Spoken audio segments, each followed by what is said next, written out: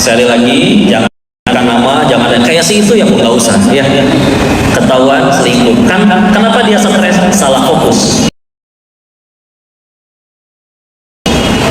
Dia lebih sibuk fokus mikirin gimana follower saya, endorsan saya, kontrak sinetron saya, itu yang lagi dipikirin kan? Ketika itu yang lagi dipikirin, stres.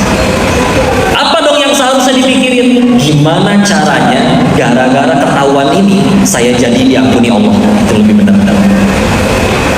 Sok suruh pilih. Netizen kembali cinta, tapi dia nggak tobat-tobat. Repot, nggak diampunin Allah. Netizen masih menghujat, tapi dia sudah tobat nasuha, nangis sambil tahajud, minta ampun sama Allah. Aman kalau Allah udah ampunin. Surga kita di Allah kan, bukan di mulut orang. Tapi kalau ketika kita udah salah fokus, gimana ini follower saya endorse, oh capek. Jadi sama, kita setiap kali dapat kepahitan, mikirin solusi itu harus, tapi yang lebih harus dipikirin lagi adalah saya itu tambah diampunin Allah atau enggak gara-gara kejadian ini. Nangis boleh nggak kok? Boleh, tapi nangis juga ada dua. Ada yang nangisin masalah, ada yang nangisin dosa penyebab masalah. Beda tidak? Beda. Contoh nangisin masalah. Hei pemuda, kenapa kamu diputusin pacar nangis? Iya kok, karena 1 jam sebelum diputusin, aku habis beliin pacar saya sekeluarga iPhone 15 Pro Max. Oh itu sakit, nggak cuma sakit hati, sakit kepala ya. Yang dia pikirin masalahnya, udah keluar uang banyak, diputusin, stres. Pemuda kedua ditanya, hei pemuda, kenapa kamu diputusin nangis? Iya kok, karena selagi aku bersamanya, aku melupakan penciptanya. Gaya, nangis tetap ya, tetap nangis, tapi ya lebih baik lah nangisnya daripada yang pertama. Pencipta pacarku datang memanggil hayya 'alal falah, marilah kita menggapai kemenangan. Aku cuek-cuek aja.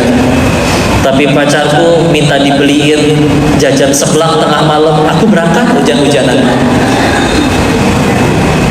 Padahal jangankan pacar, satu dunia cinta sama kita, satu dunia bikin grup WA berusaha pengen kompakan nyelamatin kita ke surganya Allah. Kata yang punya surga kita nggak diizinin ke surga, nggak akan nyampe. Ya, salah fokus kita. Maka balik lagi, apa yang lebih bahaya dari azab adalah Allah biarkan kita tergelincir kepada dosa lainnya tanpa ada perasaan menyesal. Ini lebih bahaya. Punten ya, orang maksiat dapat azab, azabnya bisa jadi penggugur dosa dia di dunia. Bisa jadi dia pulang ke hadapan Allah di akhirat dalam keadaan dosa kamu udah diampunin, karena udah dihabisin di dunia. Koruptor ketangkep 1 dari 10 koruptor. Dia ngambek, kenapa teman saya yang 9 gak ketangkep? Setelah 4 tahun jalanin masa penjara, dia keluar dalam keadaan alhamdulillah saya yang ketangkep. 1, jadi berhenti korupsi. 2, jadi kenal Islam. 3, lumayan DP gugurin dosa. Karena sepahit-pahitnya kena azab di dunia, gak mungkin lebih pahit daripada azab nanti setelah mati. Di penjara dikasih makan ya. Sampai ada pernah orang sengaja nyuri biar dapat makan di penjara, karena di dunia di luar penjara dia mungkin sulit cari pekerjaan.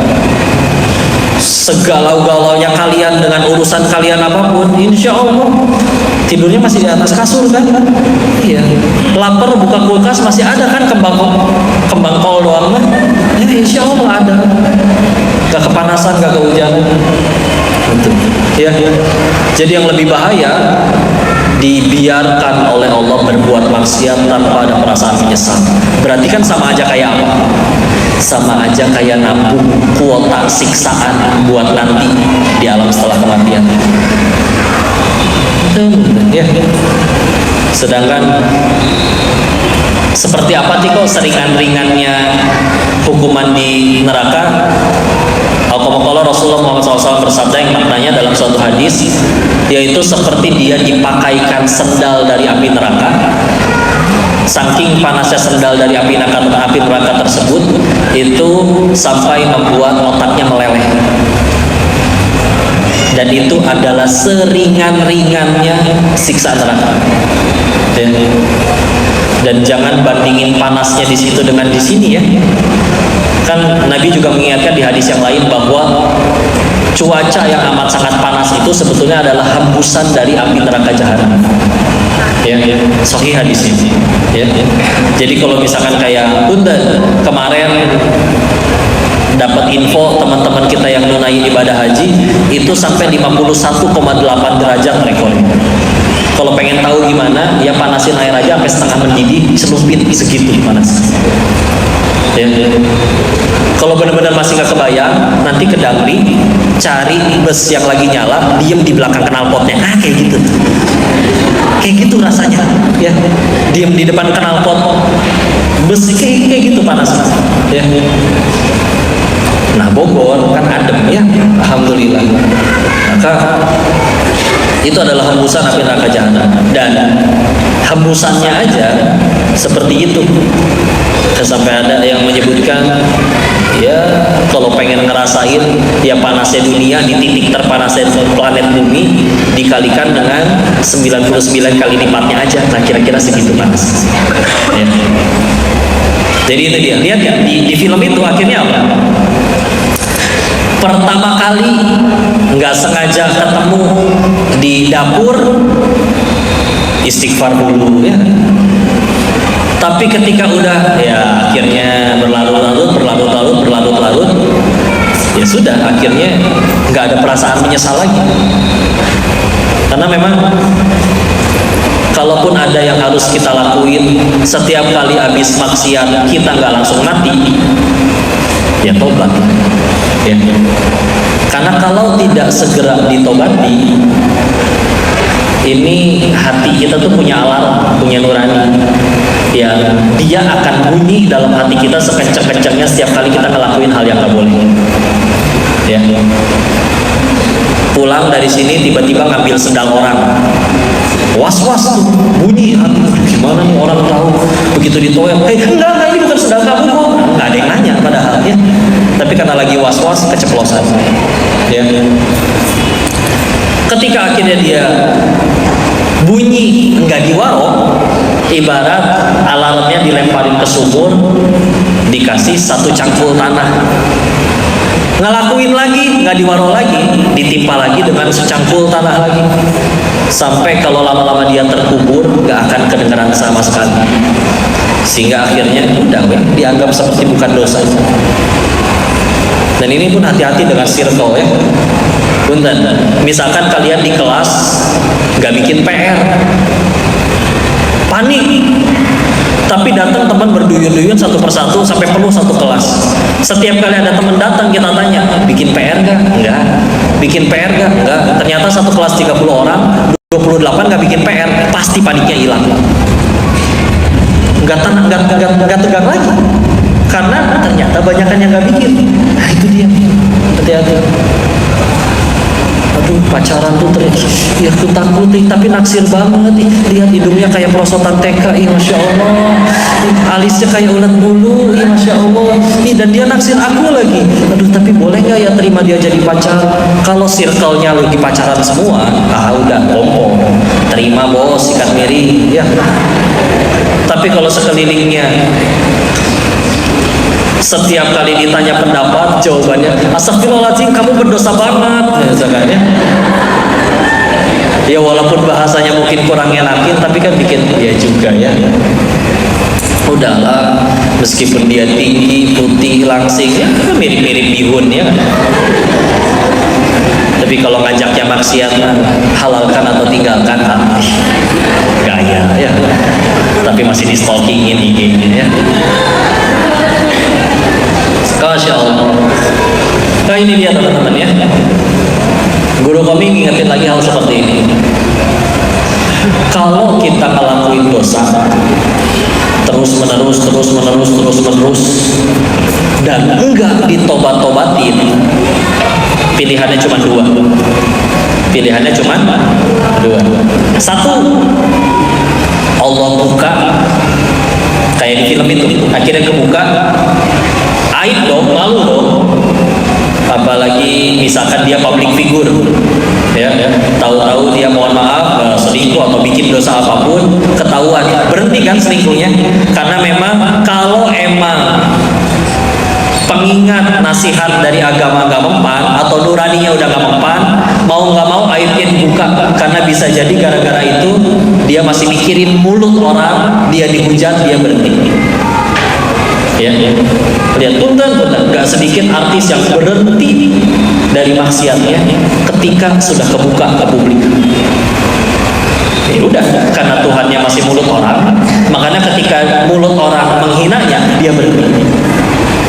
Ya. Itu pilihan ke satu. Maksiat terus menerus, pilihan ke satu, Allah buka aibnya. Pilihan yang kedua, ini lebih ngeri. Kalau udah maksiat terus menerus gak tobat terus dilakuin, pilihan yang kedua adalah Allah biarin dia mati dalam keadaan lagi maksiat. Allah biarkan dia mati dalam keadaan lagi maksiat. Waktu Guru Koko cerita tentang ini, beliau lagi ngambil hikmah dari punten. Kita tidak sebut nama sekali lagi. Ada pejabat daerah di Bandung lah. Kejadiannya udah agak lama. Pejabat ini meninggalnya di hotel remang-remang tanpa busana dengan sesama jenis. Jujur, meninggal kayak gitu hina. Meninggal lagi homoan. Guru Koko nanya kayak gini, bayangin, menurut kalian Allah yang segitu maha penyayang dan maha pengasihnya, apakah iya Allah bisa setega itu membiarkan hambanya mati dalam keadaan sehina itu, kecuali karena satu hal, dia terus menerus gak tobat-tobat. Karena nggak tobat-tobat, mau nggak mau matiin aja udah dalam keadaan kayak gitu, agar jadi pelajaran bagi orang banyak. Selamatin satu orang ini demi menyelamatkan, dibiarkan jadi satu pelajaran seperti ini agar ribuan orang lain dapat pelajaran. Punten, jarang sekali, bahkan Koko belum pernah nemuin ada orang yang sekali-kalinya maksiat langsung dibiarin mati pas lagi maksiatnya. Itu jarang banget. Punten, yang mati lagi dangdutan bukan baru pertama kali dangdutan. Yang mati punten, mohon maaf prostitusi dengan wanita bukan mahramnya, dia minum obat yang memacu jantung, akhirnya kena jantung pas lagi maksiat. Itu jarang, pertama kalinya langsung mati kayak gitu. Itu jarang. Mati di depan meja judi dan dia baru pertama kali yang ngejudi, itu jarang banget. Jujur Koko seumur hidup gak pernah nemu ngelihat orang mati dalam keadaan suul khotimah padahal dia baru pertama kali ngelakuin dosanya. Itu jarang banget. Betul? Jarang banget. Siapa di sini yang udah berkali-kali pacaran tapi belum mati? Gak usah angkat tangan, dalam hati aja. Ya maha baiknya Allah kan. Kalau pengen lihat baiknya Allah mah gampang lah. Berapa kali ibu-ibu set kiri belok kanan lebih sering celaka atau selamat, Bu? Selamat, ya. Yang celaka yang belakang kagok ngeliatin ibu, tau gak? Ya. Saya tolong ke puncak dah coba. Santri-santri masih kecil naik motor nggak pakai helm, cuma pakai sarung, baju koko, helm, peci, ya. Sama di speedometernya ada stiker Bismillahirrahmanirrahim. Aman tuh kemana-mana. Mau ugal-ugalan kayak gimana gak jatuh-jatuh. Marco Simoncelli, ya Allah, ya, segitu jagonya balap, kata Allah memang ajalnya di sirkuit, pakai baju khusus balap, memang waktunya waktu. Ya. Tapi tadi hikmahnya ya, beneran. Yuk, kita misalkan bermaksiat, nggak ketahuan, demi Allah, bukan gara-gara kita yang jago nyembunyiin maksiatnya, nggak sama sekali, karena Allah yang lagi nutupin. Terus gimana atuh? Mumpung belum dibuka, atuh tobat ya.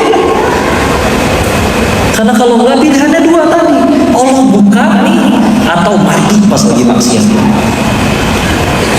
Ini udah bilang ya. Ini kalau kita bicara yang Husnul Khotimah sama Su'ul Khotimah, kau pengen ikut nambahin cerita yang kita bisa ambil hikmah di dalamnya. Kemarin kau juga bikin video tentang ini tentang kejadian nyata di tanah haji, di tanah haram. Dulu kami cerita ada orang Mesir mimpi di dalam mimpinya didatengin orang untuk ngajak tetangganya pergi umroh. Ya, dia mimpi didatengin orang untuk ngajakin tetangganya umroh. Bangun, bukan tidur kali ya. Apalagi tetangga yang itu dia tahu asal jarang kelihatan di masjid, emang gak pernah sholat. Besoknya tidur lagi, mimpi hal yang sama, didatengin orang untuk ngajak tetangganya umroh. Mulai heran, kok bisa mimpi yang sama persis 2 kali berturut-turut.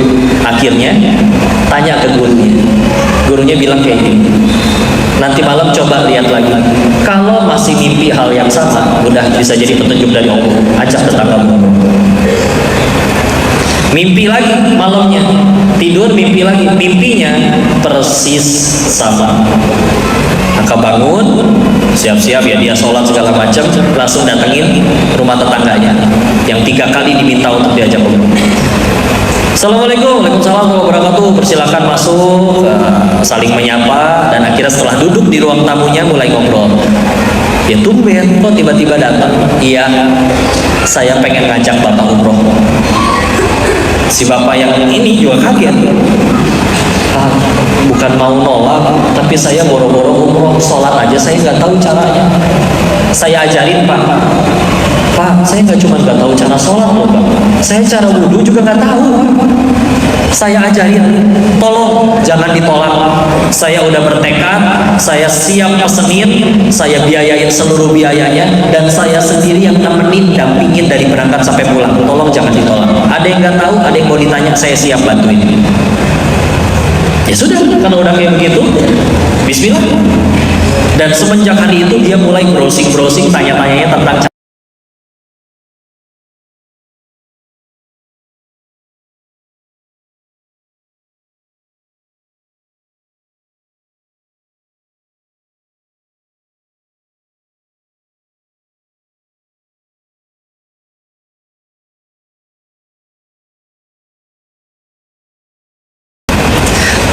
yang lain istirahat, taruh koper, akhirnya dia malah ke masjid, terus nanti baru pulang. Besoknya dia pengen berangkat lebih awal daripada rombongan, sama pengen lihat Masjidil Haram, pengen lihat Ka'bah. Singkat cerita, dia berangkat duluan, tapi sampai waktunya pulang, ini dia nggak pulang-pulang, mulai dicarilah nyebar keliling masjid, sampai akhirnya dapat info rame-rame, dan tadi ada info juga bahwa ada orang, yaitu yang itu adalah ternyata tetangganya, ditemukan sholat di hadapan Ka'bah dalam keadaan sujud, dan ia wafat dalam keadaan sujud itu. Ya. Maka izin kepada pengurus, kepada askar, untuk dimintai kepada imamnya untuk disolatin di Masjidil Haram, didoakan oleh jutaan orang yang datang ke Masjidil Haram. Masya Allah ya. Sepulang dari situ, yang tadi mimpi masih penasaran, tanyalah ke istrinya, apa sih amalan suaminya kok sampai Allah pilih dia untuk kesana. Ya, karena emang ketika kita bicara tentang labbaik Allahumma labbaik, ya, kata guru kami ada 4 tujuan orang kesana. 1, untuk ibadah, dapat pahala. 2, untuk penggugur dosa, ya dia dapat kepahitan di sana, kepanasan, jalan kaki jauh, apapun itu. Yang ketiga, untuk bantu orang lain. Betul, kita berangkat ke sana bisa jadi bukan kita yang soleh, tapi ada doa orang soleh yang minta supaya nanti ada yang bantuin dia di sana, dorongin kursi rodanya, nemenin, ngantarin waktu lagi kesasar. Bisa jadi bukan kitanya yang soleh, tapi doa dari orang soleh di sana. Dan yang keempat, ada yang memang datang ke sana untuk wafat di sana. Kita nggak tahu dari empat. Kalau nanti kita ke sana, entah dari empat ini yang mana kita nggak tahu. Tanyalah ke istrinya. Sebetulnya saya tuh ngajak karena mimpi 3 hari berturut-turut ada orang datang minta untuk ngajak suaminya berangkat. Tapi kok ya bisa kayak gini kejadiannya? Kira-kira ada nggak yang bisa kamu sampaikan? Istrinya cerita. Seperti yang kamu tahu, memang suami saya ini bukan orang ahli ibadah. Kamu juga kan yang ngajarin sholat sama wudunya. Tapi yang saya tahu, meskipun dia ibadahnya masih kurang, saya bersaksi dia punya hati yang baik. Kita punya tetangga satu komplek.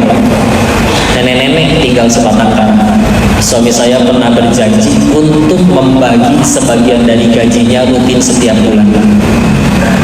Dan setiap kali si nenek itu dikasih rezeki dari suami saya, sepanjang bertahun-tahun ini doanya cuma satu, nggak pernah ada doa yang lain.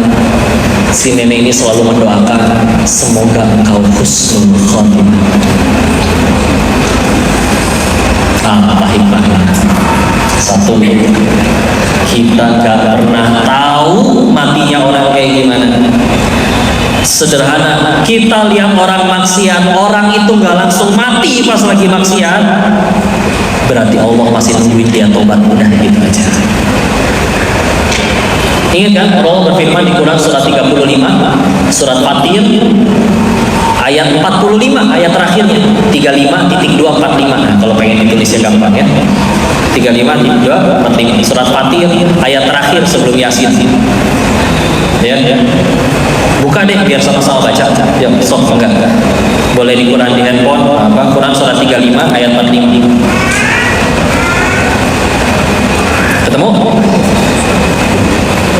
Pokok bacain ayatnya dulu ya. A'udzubillahi minasyaitonirrajim. Bismillahirrahmanirrahim. Walau yu'akhidullahu an-nas bima kasabu ma taraka 'ala dhahriha min dabbah walakin yu'akhiruhum ila ajalin musamma. Surat 35 Fatir ayat 45 ayat terakhir. Terjemahannya, kalau sekiranya manusia berbuat dosa kontan hukumannya segera saat itu juga, kata Allah, tidak bersisa makhluk bergerak yang bernyawa di muka bumi ini. Tidak bersisa makhluk yang bernyawa. Artinya apa? Satu, nggak ada yang luput dari dosa, termasuk ini yang lagi ngomong dosanya banyak banget. Dua, dosa sekecil apapun aslinya pantas mati kita itu kalau mau jujur. Semua dari kita. Ya. Tapi kenapa masih ramai kayak begini ini manusia? Walakin yu'akhiruhum, tapi Allah akhirkan untuk kita semua sampai waktu yang ditentukan.